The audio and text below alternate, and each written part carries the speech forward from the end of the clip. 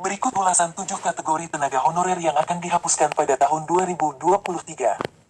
Nasib tenaga honorer saat ini sedang dipertanyakan menyusul akan dihapusnya data honorer pada database pendataan non-ASN akhir 2022 ini. Kepala Badan Kepegawaian Negara (BKN), Bima Haria Wibisana menyebutkan 7 kategori tenaga honorer yang akan dihapus dalam pendataan non-PNS di akhir tahun 2022 ini. Para tenaga honorer wajib mengetahui kategori apa saja yang akan dihapuskan.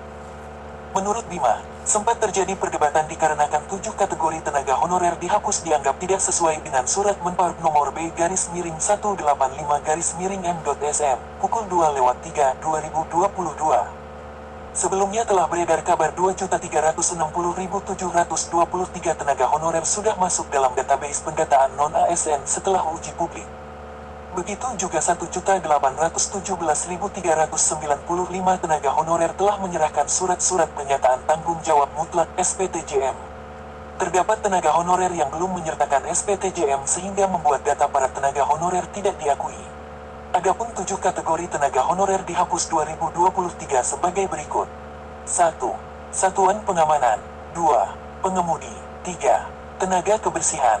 4. Masa kerja 1 tahun. 5. Usia di bawah 20 tahun. 6. Usia di atas 56 tahun. 7. Tidak ada keterangan ijazah.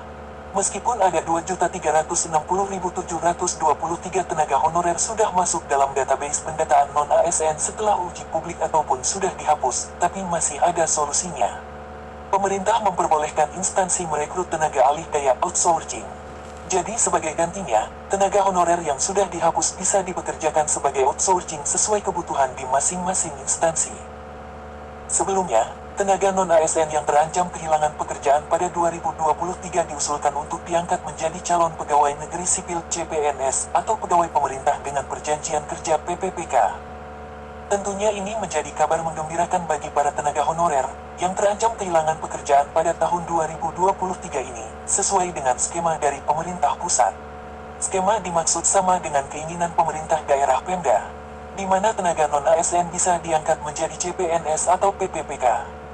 Pemerintah daerah Pemda mengapresiasi program pemerintah pusat untuk mengangkat honorer menjadi CPNS maupun PPPK.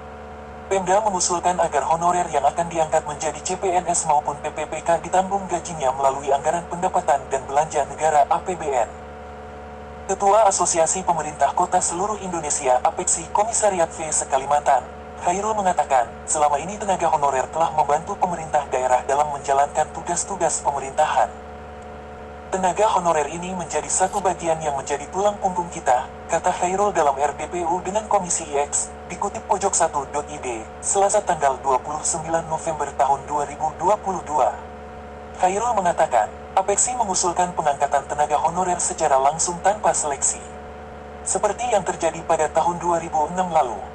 Kebijakan tersebut diatur dalam Peraturan Pemerintah Nomor 48 Tahun 2005 tentang pengangkatan tenaga honorer menjadi calon pegawai negeri sipil CPNS dengan masa kerja tertentu. Misalkan, masa kerja di atas 10 tahun atau di atas 5 tahun, dengan catatan mengubah regulasi yang semula penganggaran dari daerah menjadi penganggaran dari pusat, ujar Khairul. Adapun bagi tenaga honorer yang masa kerjanya di bawah 5 tahun, sambung Khairul, diangkat menjadi PPPK. Tenaga non-ASN yang belum memenuhi masa kerja tersebut dilakukan seleksi P3K tanpa melihat kualifikasi atau jurusan pendidikan, ujarnya. Seleksinya, masih kata Khairul, hanya dengan mempertimbangkan strata ijazah untuk jabatan-jabatan yang dibutuhkan. Lebih lanjut Khairul menyatakan, tenaga honorer sangat membantu pemerintah daerah dalam menjalankan tugas-tugas pemerintahan selama ini. Tenaga honorer ini menjadi satu bagian yang menjadi tulang punggung kita, tegasnya.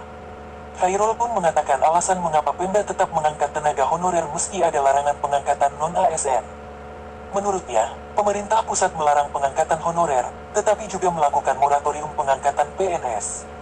Dalam beberapa tahun di beberapa kota di Indonesia ini memang ada moratorium pengangkatan PNS, terangnya. Dampaknya, kekosongan jabatan banyak terjadi lantaran tidak sedikit PNS yang masuk masa pensiun. Guna mengisinya, maka Pemda terpaksa merekrut tenaga non-ASN. Tentu ada kebijakan pengangkatan honorer di masing-masing daerah, tenaga honorer mengisi kekosongan PNS, kata Khairul. Pria yang juga wali kota Tarakan itu pun menyoal peraturan pemerintah PP nomor 49 tahun 2018 tentang manajemen PPPK. PP tersebut mengamanatkan penyelesaian honorer paling lama 5 tahun sampai dengan tanggal 28 November tahun 2023. Tapi hal itu tidak dibarengi dengan pengangkatan CPNS. Selama masa transisi 5 tahun tidak dibarengi dengan pengangkatan PNS. Pembukaan formasi sangat terbatas, cetus Hairul. Ia mencontohkan pemerintah kota Tarakan, yang tidak mendapatkan formasi CPNS sejak tahun 2010. Tarakan itu kalau nggak salah pengangkatan pensnya 2010 terakhir, 12 tahun yang lalu, ucapnya. Padahal, tandas Hairul, banyak PNS yang memasuki masa pensiun. Akhirnya, Pemda terpaksa melakukan pengangkatan honorer untuk mengisi jabatan PNS yang kosong. Guru, tenaga kesehatan, dan tenaga umum lainnya banyak yang pensiun. Kan enggak bisa enggak diganti ini. Tapi enggak ada pensnya, mau enggak mau daerah membijaki dengan mengangkat tenaga honorer, tandas Hairul. Pun 7 kategori tenaga honorer dihapus 2023 sebagai berikut. 1. Satuan pengamanan. 2. Pengemudi. 3. Tenaga kebersihan. 4. Masa kerja 1 tahun. 5. Usia di bawah 20 tahun. 6. Usia di atas 56 tahun. 7. Tidak ada keterangan ijazah. Meskipun ada 2.360.723 tenaga honorer sudah masuk dalam database pendataan non-ASN setelah uji publik ataupun sudah dihapus, tapi masih ada solusinya. Pemerintah memperbolehkan instansi merekrut tenaga alih daya outsourcing.